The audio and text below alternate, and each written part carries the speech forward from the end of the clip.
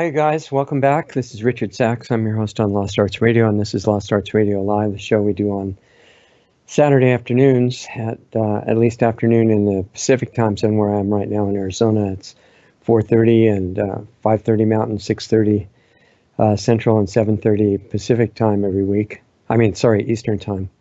And what this is about is we look at what's happening in the world and the meaning behind it. We only have an hour a week, although I take a couple of days to prepare for it generally, integrated with the other work I'm doing during the week. And look at, what are the patterns, what are the things that are going on that are relevant to your life, and what does it mean about responses that would be good for us to have. And I was preparing yesterday, and it was really intense because there's so much horrible stuff going on.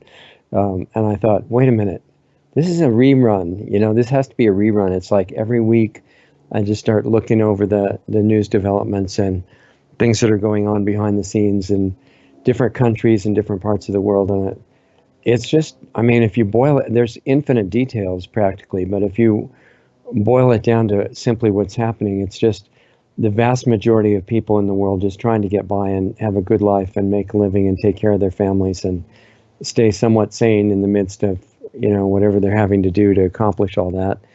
And I know in America, a huge percentage of people, 80 or 90%, hate what they do all the time for their regular job. And they're fortunate, obviously, to have a job that can pay enough to keep their family going. And usually right now, with the central bank siphoning off most of the wealth, it takes two people at least to provide for the family, which gives the kids to the government, which is the whole point of the whole thing.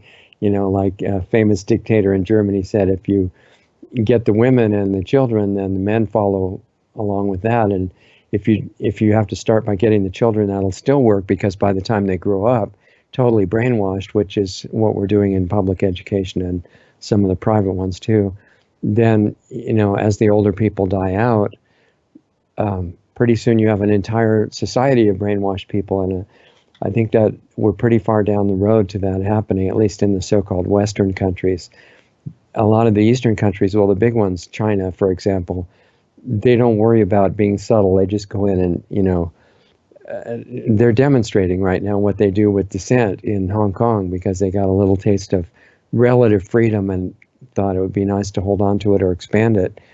And Chinese just bring in, not the Chinese people, but the government, which is totally not the same thing.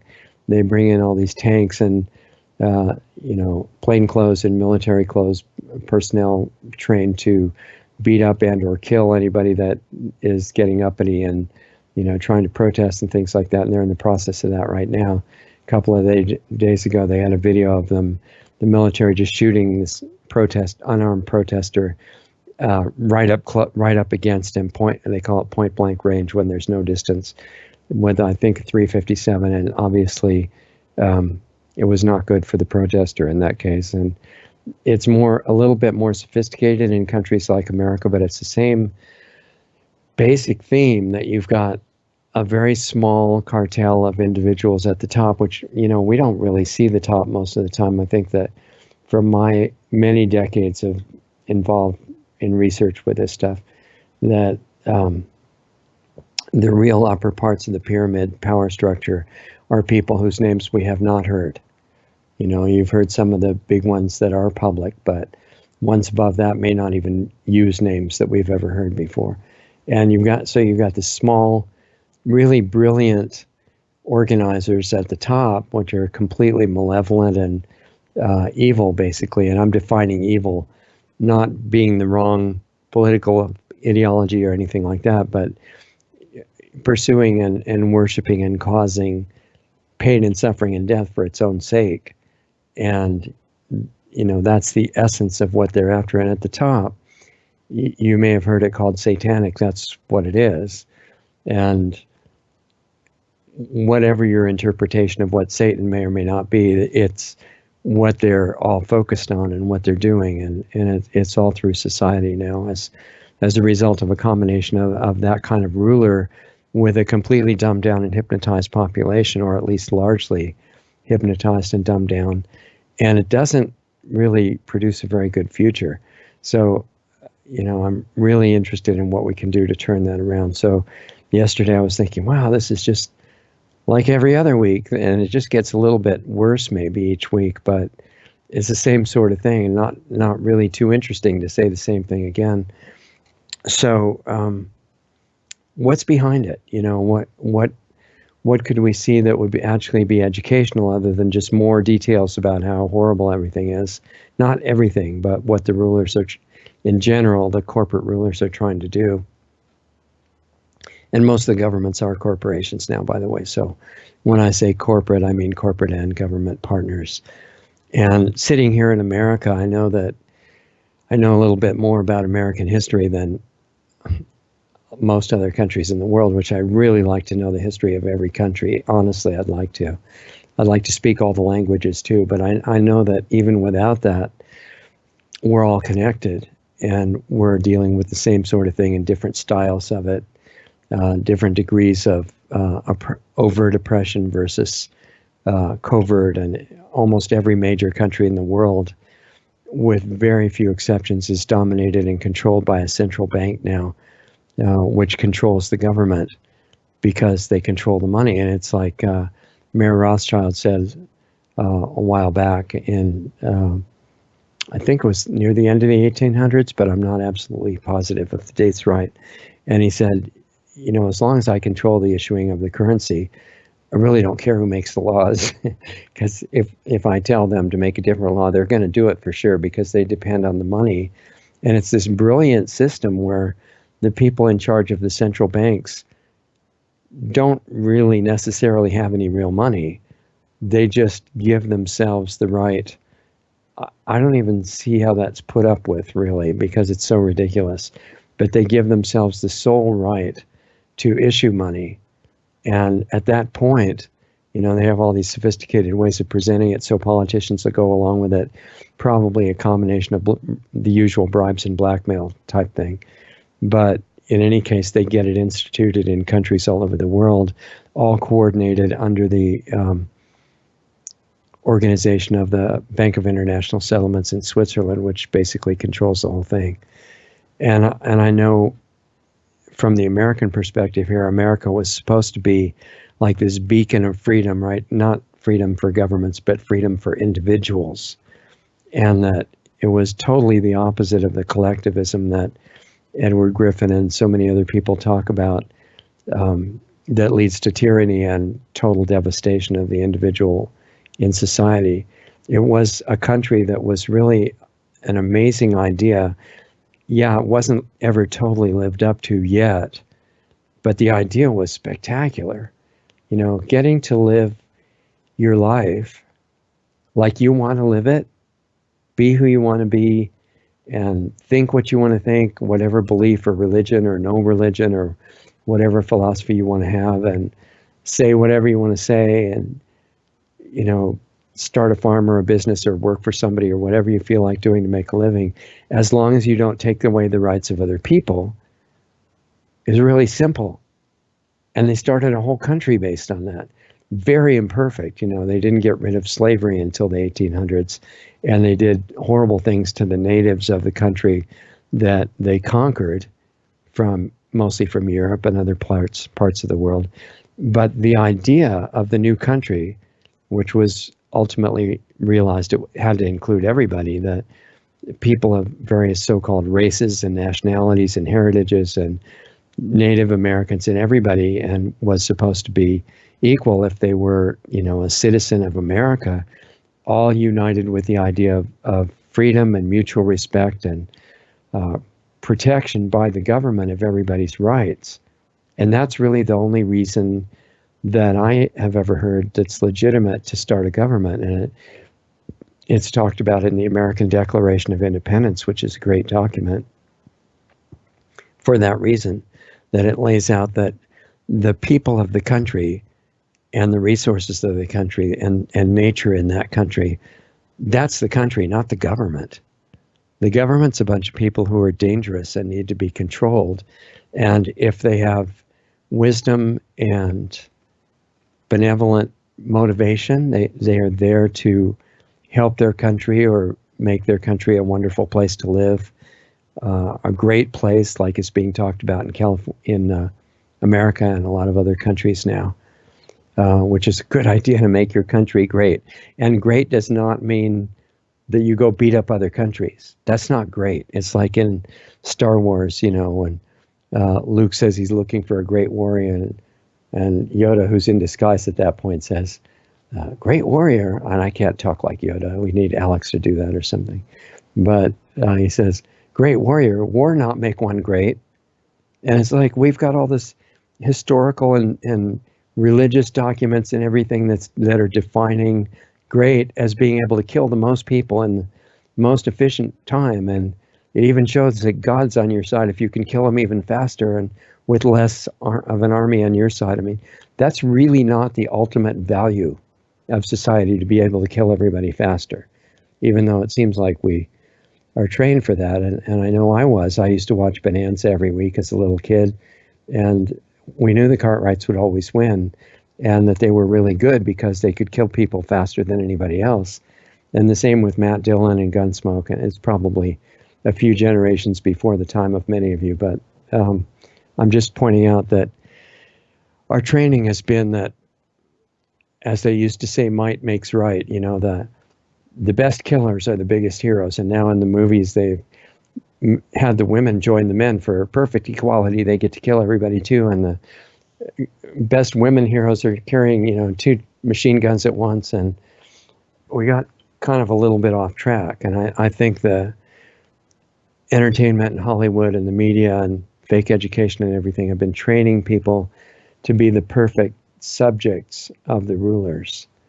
But originally, the idea of America, which still needs to be lived up to, was based on individual freedom, spiritual values, free market capitalism, which we haven't seen totally yet in this country. It's mostly,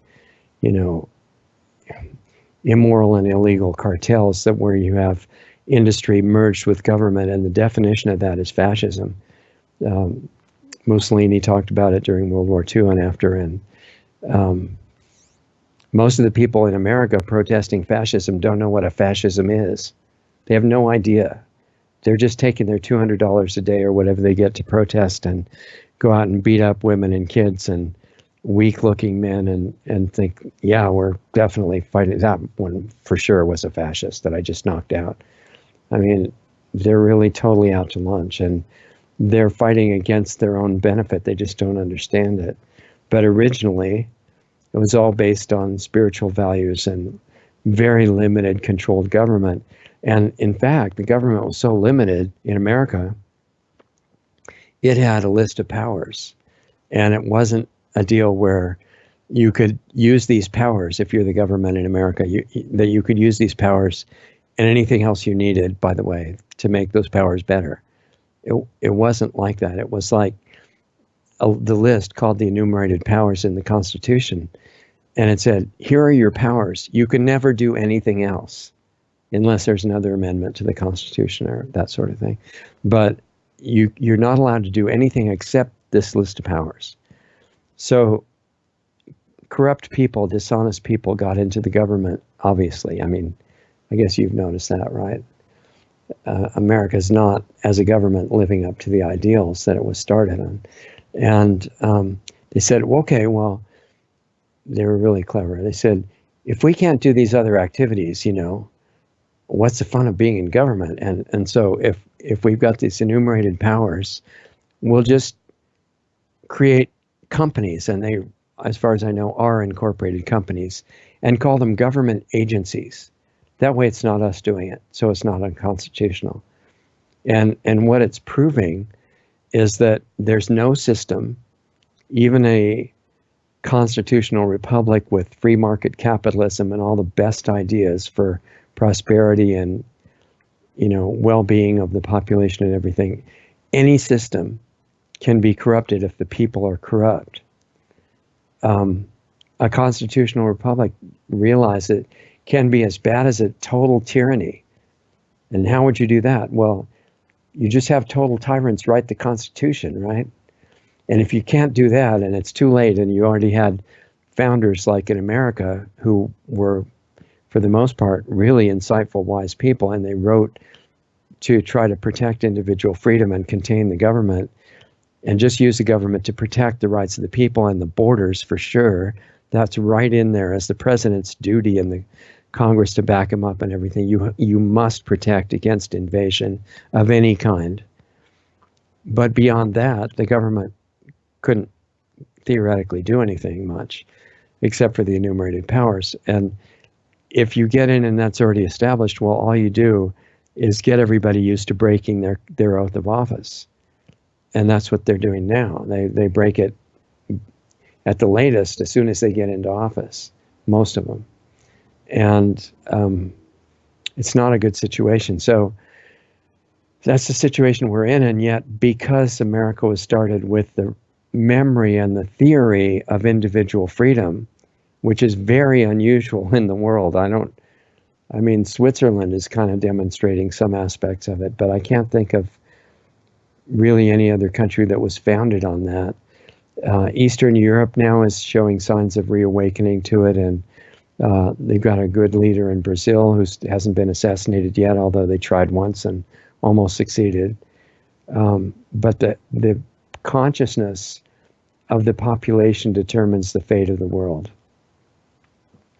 So if you had really malevolent rulers at the top of the power structure and a really awake population, it would turn out okay. But if you had the most benevolent rulers and the whole population is totally insane, which we're certainly going in that direction right now, then it would not necessarily turn out too well, unless the benevolent, wise rulers figured out how to wake up the population, and they might do it.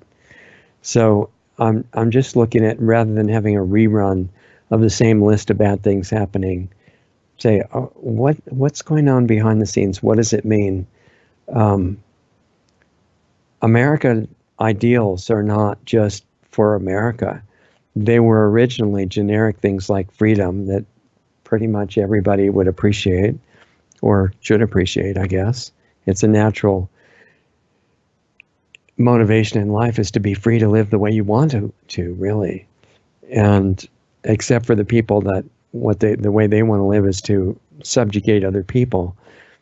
The rest of them that are normal in various ways should have that protection and freedom. And that, I don't agree with the anarchists in this analysis. And, they're saying if you just get rid of government, everything's going to be great. I think we're way past that point now. It's much deeper and more serious. And that governments, as long as you have a country in a world where other countries may want to actually kill you or gradually take over your country by ruining the fabric of your society, like the Chinese government is clearly doing to the US right now, and it's happening in a lot of other cases all over the world. If you're in an environment where and other countries are run by theocracies where they have a religion whose belief and their scripture, which I happen to have read thoroughly, all three of them, is to kill or enslave anyone who won't convert to their religion. And fortunately, not all of their members follow that, but that's literally what's in their scripture. It's not any kind of weird theory. You can read it anytime you want to. When you have countries around you like that, or countries like we have to the south, where the people down there, unfortunately, are enslaved to drug cartels that are extremely well armed and totally dominant because no one else is allowed to have firearms, which is a suicidal policy that they're trying to get going in America now. You must maintain your borders and your sovereignty as a country, and as much self-sufficiency as you possibly can have.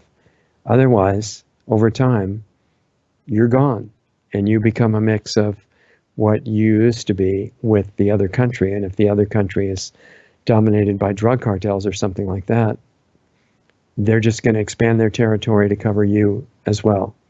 So in America, one of the duties of the president that he's not only allowed to do, but must do, and the current president's really derelict in his duty, although he's being blocked by both parties of the Congress now, is he's supposed to absolutely control the border. No invasion. Even if they bring 100 kids with each adult, it doesn't matter. If it's illegal invasion, the president has an absolute duty to stop it. and that, you can't have everybody in the world just say, okay, we need asylum now. Sorry. We don't like our country and we like your country, except we hate your country, but we want to live there and take advantage of it. That's not asylum. That's the destruction of the country that is accepting that kind of nonsense. And that is what the United Nations has been doing. And everybody thinks, wow, United Nations sounds so cool, and that it just has to be nice. I mean, and it's no doubt got huge numbers of great people working there thinking it is nice and must be. It's not nice, because the people running it are organizing this mass invasions of other countries under the name of migration, and it's a complete deadly fraud for the countries to go along with it, and the leaders that accept it know that. And I think they're planning on good positions in the resulting world tyranny that comes when all the other individual countries collapse. It's not a good thing. And the people that are devoted to television on the corporate media in America are falling for it. And they're not just falling for it intellectually. It's not because they have an understanding that it's good. It's because there's some kind of programming that's happening to society in general that's primarily emotional. It's not like they understand what they're for and against. They just know they really are, and they're very angry about it, and they're willing to beat you up if you disagree with them. That's the programming that's happening. It's not like really intelligent ability to, explain your cause or something like that. It's the ability to go berserk and make a lot of noise in public so nobody else can talk, and start violence and things like that. And that's what's going on right now to a large extent in America. Not everybody, but it's a danger to the survival of the country, and not a good example to the rest of the world. But originally, the country was meant to stay self-sufficient and strong, and well-armed, not well-armed just in the military, but all the citizens, so it could never be taken over by drug cartels and things, or rogue governments or anything like that. It couldn't happen. And even these individual armed robbers and murderers and rapists and things would have a really bad time, because you don't ever know who's armed and is going to protect themselves. So it makes crime a really bad business. And in America right now, as they previously did in the UK and Australia and places like that, they're saying, no, they call it gun violence. It's a really brilliant name, because subconsciously it's telling you guns are the ones that are causing this violence. It's obviously because if somebody gets shot, well, where did the bullet come out of? It came out of a gun. So the gun caused the violence, case closed. And that's really dumb to go along with that. But they have a dumbed down population who's starting to believe that. And they can't understand that in the big American cities where it's virtually impossible to acquire the means of self-defense, there's a worse violent crime. And they would call it gun violence, but it's the worst gun violence and knife violence and car violence and every other kind of violence. So the founders in America knew things that the founders of every country should know. It's not just America. And one of them is that an armed population is a lot safer and able to control their government than one who is subject to being dragged out of their house at midnight and nobody can do anything about it. And people that like Solzhenitsyn, that wrote about what the Soviets did and what they wish they had done in response, to resist better after the fact, after they went to the gulags and the prisons and everything. That needs to be learned by all the countries in the world. And when you combine that, well, that goes along with the idea of self-sufficiency and the right to freedom of speech. And that's being taken away. Very sophisticated programs by the world leaders. It's not just America. The whole world is being clamped down on for the ability to speak. And the trick that they're using, thinking that the populations are getting really stupid enough to believe it, is that things that are offensive, which of course they define as anything that doesn't agree with their policies, things that are offensive should not be legal to say, because the world is just much nicer if nothing's offensive, right? And people that can't think anymore and that are living on junk food and chemicals saying there's no environmental emergency and stuff like that,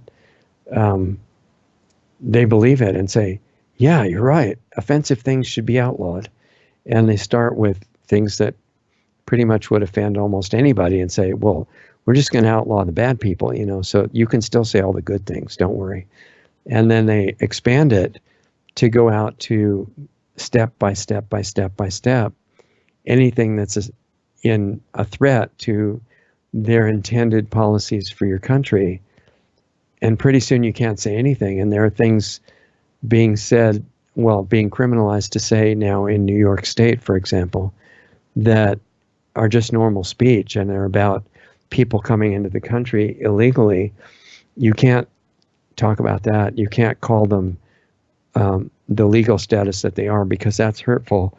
And they have this vague kind of weird argument where they're equating people who sneak into your country with people who went through the legal process to get there, and saying that's the same thing. And that if you say these things, which I'm not going to repeat right now, then you're against all the people who immigrated into your country legally. And then just wait and think you'll believe it. That's a real testament to the brainwashing that's happened, that may have made people unable to really think and speak clearly. And then that's been combined. The censorship that's going on now on social media is really big tech and social media. Big tech meaning search engines and things. And, don't use the regular search engines. Use ones like DuckDuckGo, and that's probably better than Startpage. And there's others that are being created now. And there are web browsers like one that I just signed up for yesterday called Dissenter that look like they're going to be really good, and they're not going to spy on you or collect your data and sell it to government and to private corporations. And it's not just for advertising. There's much more that they can do with that data, and future steps that's going to, it would be better to avoid. So some of these private platforms are starting now. They need to be supported. So anyway, all that's being combined in various countries, which are on different sections of the road to total tyranny, like in the UK and Australia, where they've already disarmed all their citizens. And so places like London are now more dangerous than New York. And even if they can't get guns, they'll get knives and stab you or run over you, because they know nobody can defend themselves. And it's not just the tools that are missing. I know specifically of cases in the UK where they've arrested a person in their house who tried to defend themselves with household kitchen utensils, because that's all they had. And they sent them to prison. This is the direction it's going, in total helplessness. And they're combining that with financial control, so that you'll either be on welfare and have to agree to any conditions for getting your welfare, or you will be working constantly. Both parents of a family will have to work, which leaves the kids with no parents and nobody to raise them, except for government, which we talked about before. And that's all because of financial stress in countries all over the world that are very rich. And it's not just America and Switzerland and places like that that are rich. It's every country. And the reason that every country's rich is because wealth comes out of the earth, and it's combined with human ingenuity and labor. So, for example, Charles Walters, who used to run, when he was alive, he started and ran Acres USA, great natural agriculture magazine that's still going on. We've had the new people from it on the show several times on Sundays. And he was saying, look, real economics, which he wrote a lot about. He wrote a book called Unforgiven, which was really good. And he said, if you take one corn seed, a kernel of corn, and you plant the corn seed in the ground, nowadays people are removed from nature, but most people were involved in farming before, which was a lot better situation than now. And they noticed that when you put a corn seed in the ground, it makes this whole big corn plant with hundreds of new corn seeds out of nowhere visible. It's just like magic. It's nature just saying, okay, here is wealth from the earth. It's origin. It's not a trade. It's you do what's necessary, and it just gives it to you. And you combine that with ingenuity and manufacturing and hopefully organic whole food processing, not turning it into something dead like they're doing now.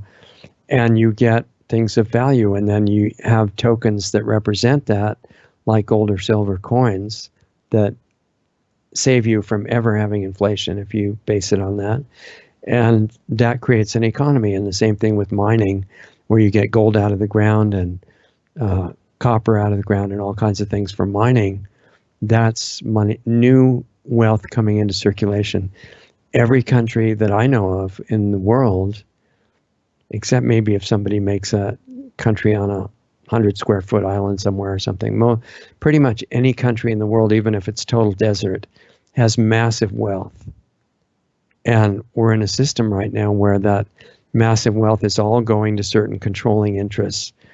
And so, and the communists say, oh, look at these bad rich people, whom they usually represent anyway. And they say, we have to steal everything they have and give it to you, poor, suppressed other people. And then it's going to be great. Everybody's going to be rich. And then everybody ends up starving except for the organizers of the utopia.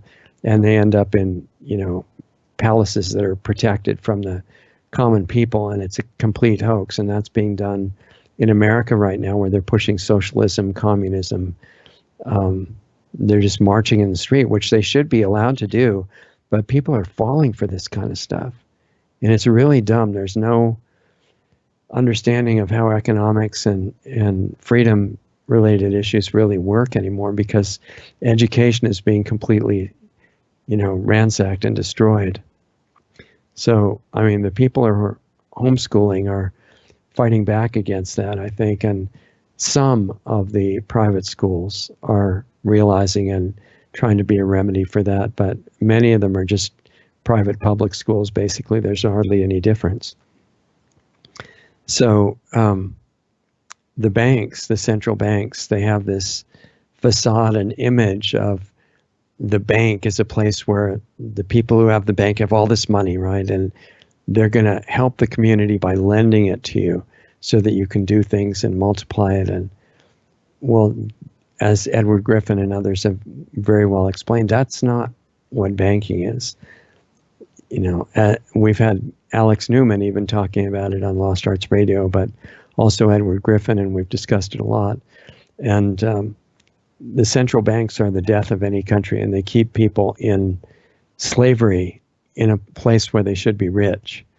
Not because somebody stole the rich people's money and gave it to them. That's really a bad idea. But just because ingenuity and labor will turn the natural wealth of your country into money and goods and services and all kinds of attributes of an extremely good lifestyle. That's a natural course of events if you leave the market free to operate and you don't allow people to produce wealth by killing the country or killing everybody, all the people, or poisoning everybody like, Bayer and Monsanto are involved in heavily, and all the things that are destroying the life support system of the planet. That's a really bad idea. And those things are not free market. They're crimes against humanity. There's a difference. But it's not very well understood now because people are educated by these really dumbing down TV programs. And now Hollywood and the movies are way worse than they were a few decades ago. So they're destroying people's mentality too. And I know Caitlin Bennett has been going around doing surveys like Mark Dice does, and on the beach in various places in Florida and California and the northeast of America and places like that. And the kids that she talks to, and I don't mean like 5-year-olds, but people in their 20s and 30s and 40s sometimes, they're not aware of anything that's going on. They don't know, what is a state of their own country or a foreign country. A lot of them I watched today on one of her videos didn't know where Canada was, and they live in the U.S. It's Canada. It's not very far away, or what states border Canada, or what the Declaration of Independence is. These are products of modern education. And at this point, the world needs inspiration and hope from anywhere, any country that can supply it. And the idea of making your country great, whether it's America or any fill in the blank with 100 and some other countries in the world, is like Yoda said, war not, make one great. It's not to beat up other countries, which the media tries to tell you that's all. It's all fascist idea. No, it's not. That's a complete intentional lie. It's to inspire other countries. It's like, make yourself a great person, not to subjugate other people and enslave them or hurt them. But if you manage to do that, which is a really challenging thing in your own life, given all the circumstances that we're all having to deal with, other people are going to think, wow, it's possible to really improve yourself. That's probably one of the best services you could ever do for humanity, is take care of yourself, develop yourself, find out what your physical and mental and emotional and spiritual potential is, all kinds of potential, and become it. It's like, I guess a famous quote of Gandhi is, become the change in the world that you want to see. Become the person that you could be. We're really trying to do that, all of us, and need to encourage each other. It's a challenging job to do that. So making your country great for the first time or again is a really good idea. It's not, nationalism is a very good thing.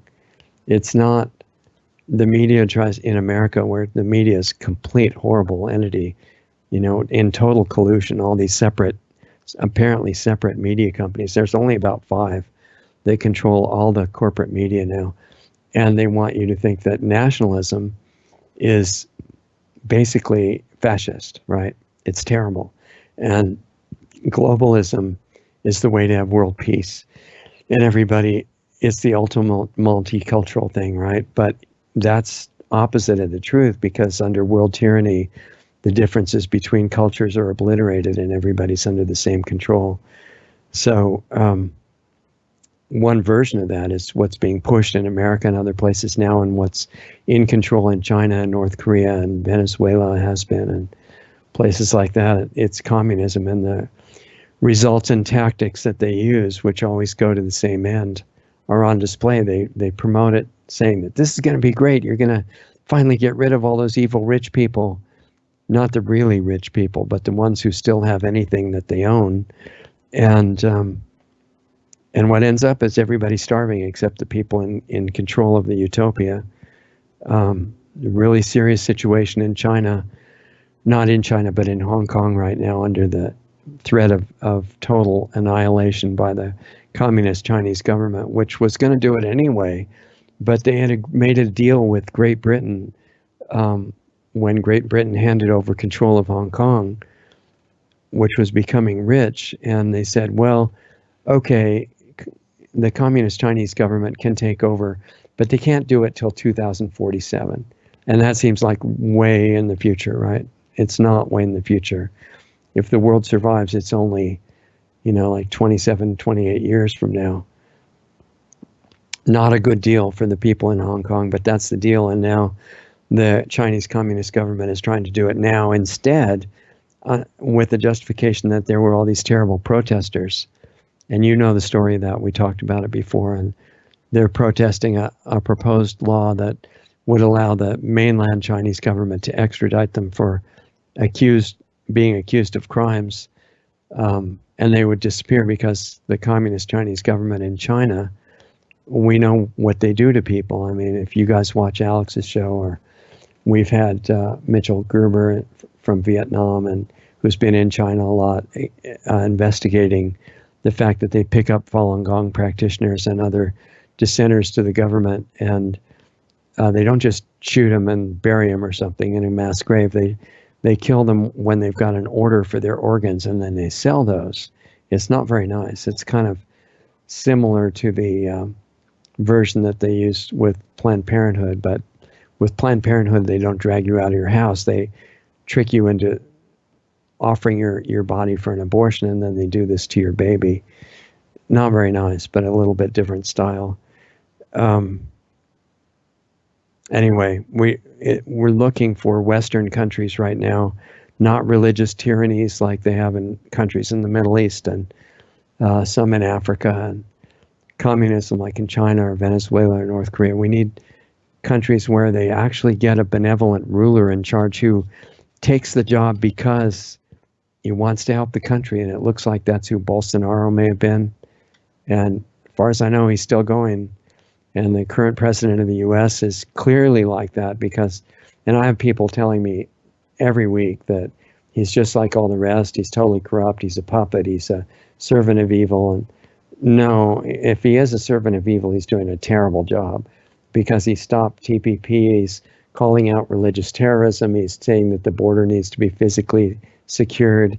Though you can't say stuff like that. If you're a servant of evil, you got to learn what evil wants, and it doesn't want that stuff. So no, you're not thinking very clearly. But one person, Bolsonaro or the U.S. president or a good president in Poland or places like that, can't do everything by themselves. They need not a totally brain dead population. And it's not just the ability to think, it's some kind of spiritual awareness, not religious, because every religion that I know of, even Buddhism in one weird case in Africa, has been used to murder a whole bunch of people. So being super religious, and I've dealt in business with super religious people who are some of the biggest criminals, not all of them, but certain ones I'm thinking of were, and I fell for it, of course it was my fault, but I'm talking about real connection with your inner guidance and with a spiritual reality, no matter what you call it. And if you don't have that in a country, even if it's a constitutional republic, even if it's a benevolent monarchy, even if it's a really well-organized democracy where you're not taking away the rights of the minority, which democracies usually do, it won't work if the people are really dumbed down. And what's going on in the world right now seems a lot like what was described as happening in Atlantis in the end times of that. It was a very advanced country, technology way beyond what we have now, because it wasn't technology that hurt people. You know, now you think, well, yeah, we've got this wonderful telecom technology for cell phones. Yeah, it gives you brain cancer, but, you know, advanced technology always gives you brain cancer or other things like that. It's always bad. It's a trade-off. No, it's not. That was all intentional. Frequencies could have been used for telecommunication that were not harmful, and they were discarded, just like drugs that are suggested for the medical industry that don't have enough bad side effects, and they're not used either. This stuff is not just from oversights. But what happened, you can read Emerald Tablets by Thoth, and Atlantis sank down first in its spiritual awareness to a point where it was a danger to the whole, at least the whole planet. And it was destroyed because of that, so that it wouldn't go any further. And it really looks a lot like what's happening here. And in fact, they described most of the population as being possessed by unfriendly entities. And there's these big struggles of groups that wanted to just enslave everybody. It was a lot like now. And Thoth puts it, he said something like they're gradually overtaken by lower energies and darkness, and right before they were destroyed. We're not at that point, I don't think, quite yet, but looking at the mobs in the streets that are completely insane and violent, corruption in America and in places like that is now in charge. And not the current president. I don't agree with the people who think that he's part of that. But he's surrounded by traitors. He's totally demonized and hated by the media since he started running for office. I don't think he can do it alone. So the population has to become conscious, you know, and I hope that happens in time. It would already be much worse if we hadn't been given the brief reprieve of a president who actually wants to help the country. It was the same thing with John Kennedy in America, but he couldn't be allowed to do that. The power structure that he didn't really understand ended up killing him, and we're right in danger of the same thing happening again. But for the moment, with a president who says things that are amazingly good, and his hypnotized detractors say, no, he has a really poor vocabulary, and he's a racist and all that. No, he's the opposite of a racist. I mean, and we've just discussed that before. But he's inspiring people like Bolsonaro and people in Eastern Europe, and the people in Hong Kong are waving American flags and, begging for help, but they're part of China, so it's pretty hard to help them. They have to come up with something, I think, on their own. But they're all inspired by the little bit of what started to wake up in America. But I'm not either party. I'm not a Republican or a Democrat or anything else. I don't want labels, because they're blinders. Once you have labels, it's really hard to look outside the limits of that belief system, and I don't want that. It's important that we get as clear as possible. And when I say good things about the current president, I certainly recognize the bad stuff he does out of ignorance and bad advice mostly. But when I talk about the good things, then people say, well, how can you do that? They know that I've been a really fierce environmental activist for more than 50 years, since the mid-'60s. And I was originally a Democrat before that. That was what I was brought up. I thought they were kind and compassionate and generous and fair and, liberal, which means liberty. They believed in liberty. And I gradually found out, well, that's not entirely accurate, to say the least. But I have a background in environmental work since the mid-'60s, and I worked with Alan Chadwick and John Hamaker and Don Weaver about climate issues in the mid-'60s, when it wasn't a popular thing going on. A book called Survival of Civilization, if you ever want to look at it, and also about clean energy and oil companies being involved in perpetuating war in Vietnam and places like that, which I felt was really important. So people ask how I could possibly say America has a reprieve with a president who thinks that Internet of Things is okay and 5G is great, and signed an executive order helping biotech, which was really horrible. He fell for the Syrian false flag. He's done all these things. He's a horrible failure with Russia because of being pressured into that by the opposing political party, told that if he wasn't an enemy of Russia, he'd be called a Russian agent and all this junk. Hires terrible advisors and who turn out to be his own enemies, and supports chemical agriculture, which I don't. I support the farmers, but not what they were taught, how to farm by poisoning the land and the food. That is not a good idea. And this president that we have now allows allows Assange to stay in prison. That's like a disgrace to the planet, because Assange is a global hero, in my opinion. Doesn't know anything about health, obviously, by what he does to his own body with junk food. But the good thing is that America has a leader right at the moment who's not recognized by most of them, but or by a lot of people, but he loves the country and has been willing to give up massive wealth and security for himself and his family to try to help us.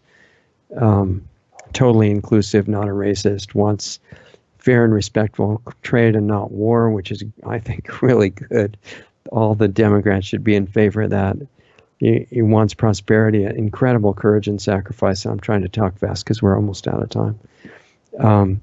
He calls out religious terrorism for what it is, calls the opposing party totally mentally ill, which they are, most of them, the leaders anyway.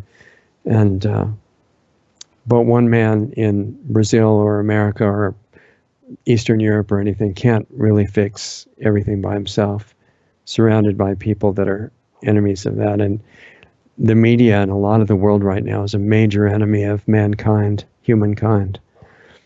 Other governments, too, are like Chinese government, are clearly working for America's downfall and the downfall of all the so-called Western countries in what used to be Europe and the UK and Australia, New Zealand, destroying normal family units and normal ethics, and overthrowing basic biology and not teaching it anymore, not teaching economics or anything important. And we have program TV and movies, and they're trying to sexualize children and make them completely berserk with drag queen story hour all over the world, and those things are heavily funded by interests that want to overthrow any trace of being a normal human, and bringing in censorship at the same time of anybody who tells the truth and threatens the program, and bring in hatred of people who do that.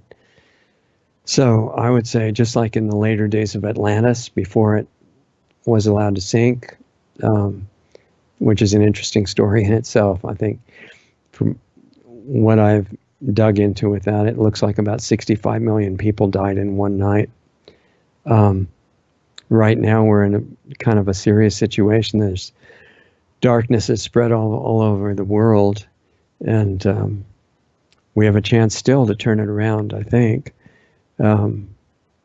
Globalist corporations, though, are controlling the governments and poisoning the biosphere, and part of a program to poison, as Mike has said, and I can't mention his last name because he's totally banned everywhere, and hopefully you know who I'm talking about. He's talked about the terraforming of Earth, and he thinks it's going to be a non-human new population that takes over when all the regular ones are gone. I think they're just going to leave it barren with no life at all as the results of a ceremonial sacrifice. But whichever one of us may be right is the same procedure that's going through now of exterminating life step by step, and you can see it. And the people that need to be figuring out ways to stop that are thinking really superficially with labels, and you have to be either conservative or liberal, and the conservatives think that there's no environmental emergency, there's no real environmental problem, everything's great that way. They understand that maybe Agenda 21 is a real threat, which absolutely is very serious, but a whole bunch of other stuff they're totally blind to. They support drug medicine as a rule, and don't think it's a problem with pollution, and think that petrochemical energies technologies are really great, when they're not really great. They're really inefficient and dirty and haven't been necessary for 100 years. And if you want to get more detail on that, look at the work of Stephen Greer. People who try to come out with the energy technologies that are clean and free tend to commit suicide because they get murdered. But the liberals are just as bad on the other side, or worse, and supporting really horrible things like the Green New Deal just because it's got some true agricultural stuff in it. It's economic suicide and gives all the health control to a corrupt federal government, which is going to require everybody to have the invasive treatments that they're starting to do now anyway.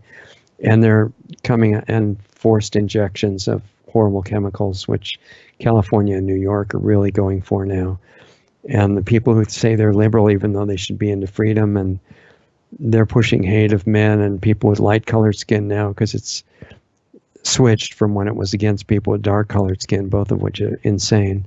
And they want countries to have no borders, and they want babies to be killed before and after birth. That is great, and they've just gone completely evil and insane. So neither party is really, in my opinion, trustable at all. They're both infiltrated by really bad forces. It's obviously total loss of intelligence on both sides, and tyranny of the labels. And some of this insanity is from physical poisoning. Geoengineering is a big part of it. Chemical agriculture, medical drugs, vaccines. Read Dr. Molden's book, that every one of them causes harm. That's Andrew Molden, who was also killed for trying to tell people what was really going on with that. A brilliant brain scientist, Andrew Molden. Look him up if you get a chance. And from food that's processed to death, so there's no life force in it, and intentional pollution of the water with fluoride and other chemicals, poisons. And look at the work of Dr. Paul Conant if you want to know more detail on that. He's great. He was a recent guest on our show. EMF is a big one. Telecom companies are hiding the damage of it. It's not something unknown that needs more research. It's very well known. But it's not just a loss of intelligence. It's that a real dark energy is spreading and seeming to offer rewards. And there's lots of examples of in entertainment things of very high profile celebrities who said, yeah, we made a deal, we sold our soul to Satan, we've seen some specific ones in the last few days that have come out on video and said that, and said, yeah, and then we got recognized and lots of money right away, and it was incredible. And only little detail is when you die, the deal is you go with dark power at that point. It's really not a very smart deal.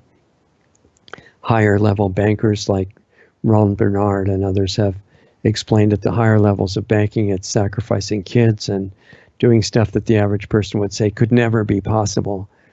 And that's their camouflage, is that normal people wouldn't think it could ever happen. And the corporations, there's nothing wrong with corporations unless they're used for bad ends, which almost all the big global corporations are now, with a few exceptions, but not many.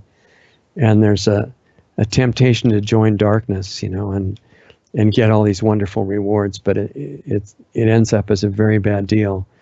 And you find out that, we were all connected. It's not us and them. It's the real spiritual teachers have taught. And this is not religion. This is like real, down to earth practical teaching, is that you hurt somebody else intentionally other than in self-defense, and you're doing that to yourself. And once you really deeply understand that, even if you're in the upper levels of banking and power structure and evil corporations and stuff, you think, wait a minute, what am I doing? I'm committing my own spiritual suicide, maybe physical. And if you're in that position anywhere in the power structure, I'm not suggesting that you lose your job. I don't want your family to starve and things like that. But look for things that you can do from your current position. The reason we don't serve evil, referring to the title of this transmission, is that it's a really bad deal. It's very simple. It's not good. They trick you into thinking that you can be okay by hurting other people. And you can't. And we've all hurt other people by mistake. And when you realize that, it makes you not feel good. Then you have to try to change course. And if you're now currently working within some part of the power structure that is brainwashing kids and you know it, or giving them poisonous medicine in the name of advanced science, or you're working in entertainment and you're brainwashing people to think things that will hurt them, you don't have to necessarily quit your job and starve right now, but look for something that you can do that's actually good.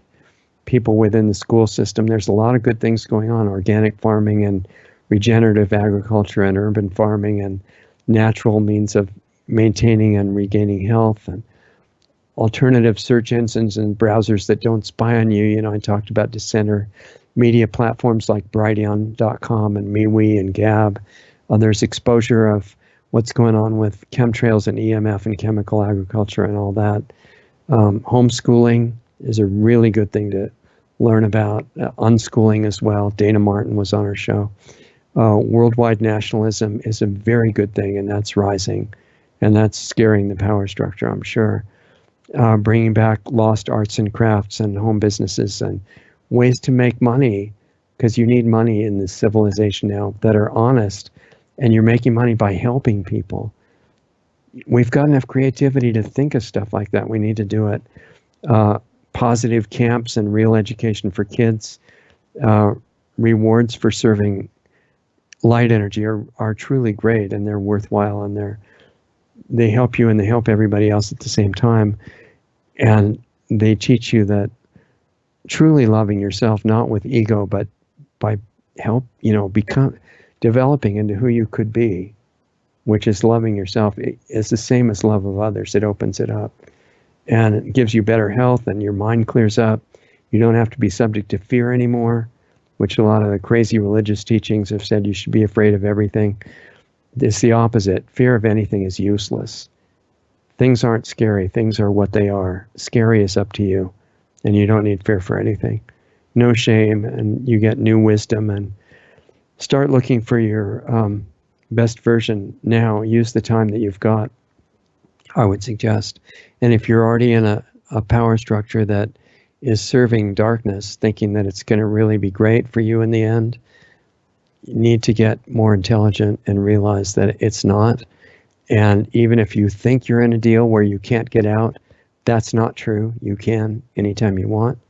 And I suggest you consider that. And then we're out of time, so I'll just say that tomorrow night on the Sunday show is Dr. Cousins talking about diabetes, that the official notion from the medical industry that diabetes is an incurable disease. You can find that on the internet. That's not true, just like the other degenerative diseases.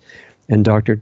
Cousins is the author of a book called There Is a Cure for Diabetes, because he proved that that's true. And you can hear him talk about it. It's going to be a great discussion tomorrow. Lost Arts Radio, in case we ever talk about anything controversial, we may disappear at any moment. So get on our mailing list at lostartsradio.com.